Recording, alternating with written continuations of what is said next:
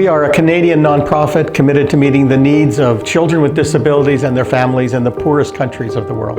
In 2013, my daughter came home from university. She talked about 3D printing, which I had never heard of. And so I asked her, can 3D printing do prosthetics? Now, since then, I have found that 3D printing of prosthetics has been done since the 1990s, but it's always been very, very expensive. The people that I have dedicated my life to are people living in the poorest countries of the world.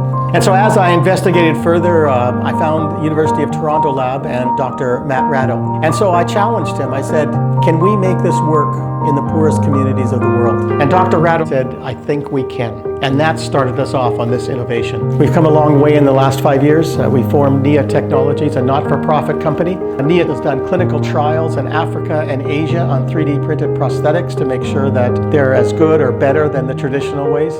The first child that received a 3D prosthetic in this project was a girl named Roslyn. The amazing difference in her life because she had a prosthetic. She went from isolation to part of the community.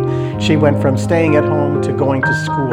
It made a tremendous impact in her life, and it's an impact that will go on and on, but it doesn't stop with just Roslyn. The problem is that 90% of people that need a prosthetic device have no access to them.